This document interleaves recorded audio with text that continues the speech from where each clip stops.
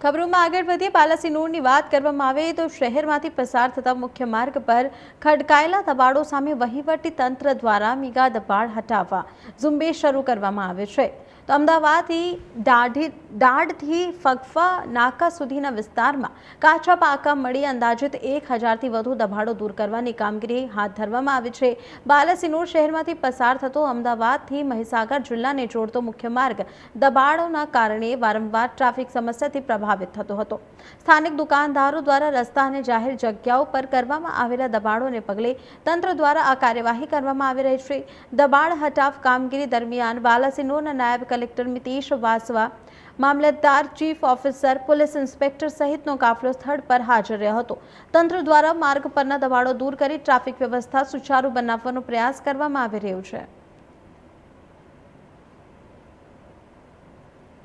તો આપણે જણાવી દઈએ કે બાલાસિનોરમાં મેગા દબાણ હટાવ ઝુંબેશ હાથ ધરવામાં આવે છે। 1000થી વધુ દબાણો હટવાશે। અમદાવાદથી દાઢથી ભગવા નાકા સુધી કાર્યવાહી કરવામાં આવશે। તંત્ર અને પોલીસનો મોટો કાફલો ખડકાયો છે।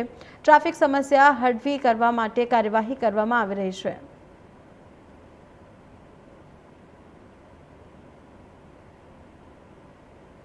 1000થી વધુ દબાણો હટવાશે। તો જે રીતે આ ખબર સામે આવે છે, અમદાવાદથી દાઢથી ફગવા સુધી આ ઝુંબેશ હાથ ધરવામાં આવે છે। બાલાસિનોરમાં મેગા દબાણ હટાવ ઝુંબેશ હાથ ધરવામાં આવે છે। ખબર ઉપર વધુ માહિતી આપવા બદલ અમારી સાથે સંવાદદાતા પ્રિતેશ પાંડે જોડાઈ ચૂક્યા છે। પ્રિતેશ, તમારી પાસે આ અંગે શું વિગતવાર માહિતી છે?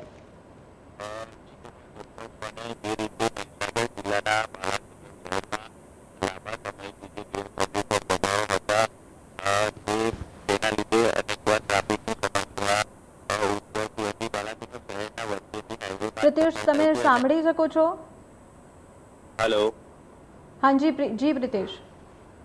જી કોમલ, ચોક્કસથી વાત કરવામાં આવે તો મહીસાગર જિલ્લાના બાલાસિનોર શહેરમાં લાંબા સમયથી જે દબાણો હતા ગેરકાયદેસર તેને લઈને ટ્રાફિકની સમસ્યા ઉદ્ભવી હતી અને જે બાલાસિનોર શહેરમાંથી જે પસાર થાય છે તે મુખ્ય હાઈવે છે અને તે મુખ્ય મથક લુણાવાડા, સંતરામપુર સહિતના જે તેમજ દાહોદ જિલ્લામાંથી પણ કોઈને અમદાવાદ જવું હોય તો તે માર્ગ ઉપરથી પસાર થતા હોય છે। ત્યારે આજે અમદાવાદને જોડતો મુખ્ય હાઈવે માર્ગ શહેરમાંથી પસાર થાય છે। તેવામાં ગેરકાયદેસર દબાણોના લીધે અહીં ટ્રાફિકની સમસ્યા વિકટ બની હતી। ત્યારે તંત્ર દ્વારા મેગા ડિમોલેશન જે છે તે હાથ ધરવામાં આવ્યું છે અને દબાણકર્તાઓને પહેલાથી જ નોટિસો આપવામાં આવી હતી, પરંતુ તેઓએ જાતે દબાણ ન હટાવતા આખરે તંત્રનું બુલડોઝર જે છે તે ફરી વળ્યું છે અને આજે સવારથી જે છે તે દબાણ હટાવવાની કામગીરી હાથ ધરવામાં આવી રહી છે અને અમદાવાદી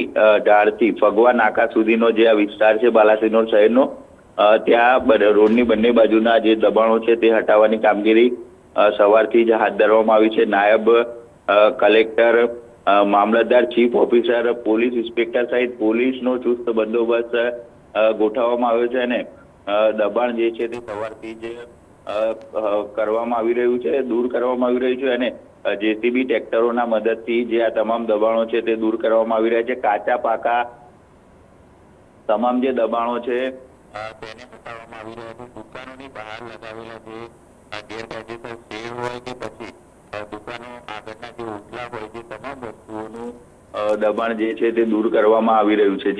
જી પ્રિતેશ, જે રીતે તમે જણાવી રહ્યા છો કે સવારથી ડિમોલેશનની કાર્યવાહી કરવામાં આવી રહી છે અને ઘણા બધા લોકોના મકાન અને દુકાનો પણ તોડી પાડવામાં આવે છે। આ દબાણમાં 1000થી વધુ જે દબાણ છે હટાવવાની કામગીરી કરવામાં આવે છે, તો એના માટે કોઈક વૈકલ્પિક વ્યવસ્થા પણ કરવામાં આવી છે લોકો માટે?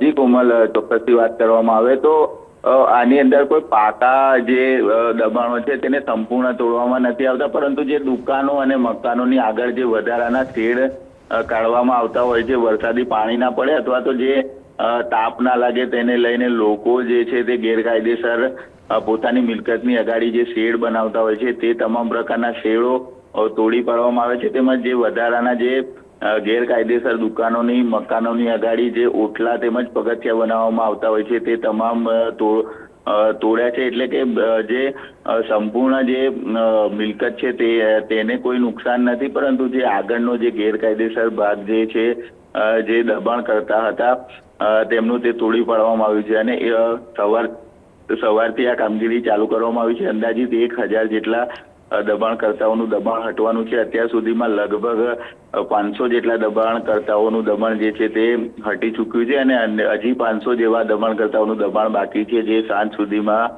પૂરું થઈ જશે. હાલ અવિરતપણે જે જેસીબીની મદદથી જે તમામ દબાણો છે તે હટાવવાની કામગીરી પૂરજોશમાં ચાલી રહી છે. જી પ્રિતેશ, માહિતી આપવા બદલ આપનો ખૂબ ખૂબ આભાર.